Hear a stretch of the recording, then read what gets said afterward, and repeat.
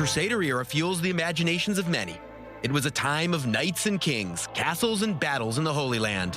One place in particular tells us not only the story of this particular period, but also some anecdotes on the internal conflicts of the Kingdom of Jerusalem in the 11th and 12th centuries CE.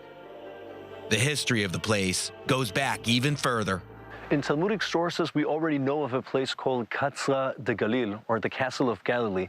And in fact, archaeologists found south of this place, not too far away, a fortress that stood here. The stones of this place, called Starkenberg in German, or Montfort in French, were taken actually from the previous castle that was south of this place.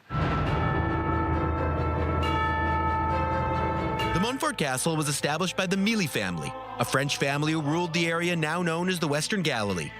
In 1187, following the expedition of Saladin in the area, the castle fell into the hands of Arab forces.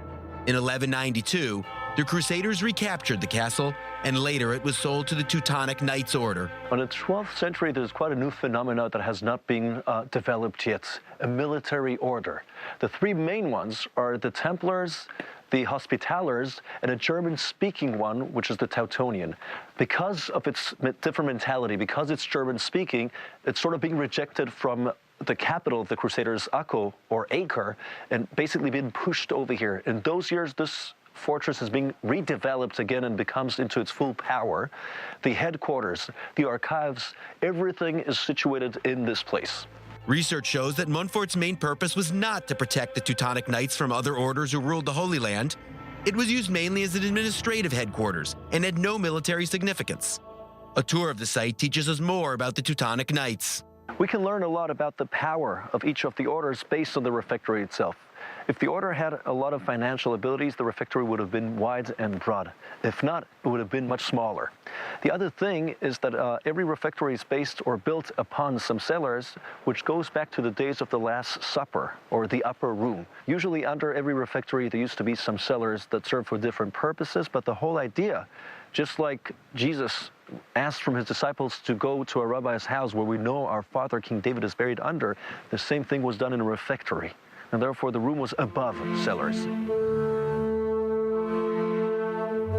Early research suggested that Montfort was built in a hurry, but Dr. Adrian Boas of the University of Haifa recently discovered a new hall, which suggests that the knights who lived here had comparatively luxurious lives.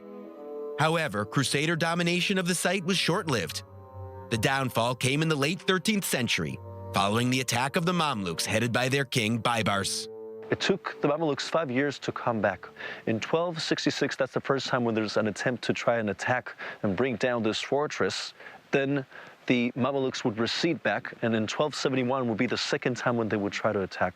The Teutonians would go up to the keep and hide over there, and for a whole week there will be attacks going on until Baibars is able to bring down the moats of this place, the southern moats, in fact.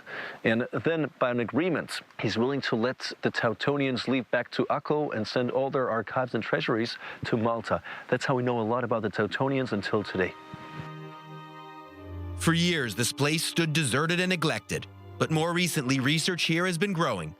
This place gives us a rare glimpse into magical times, a significant chapter in the history of the Holy Land.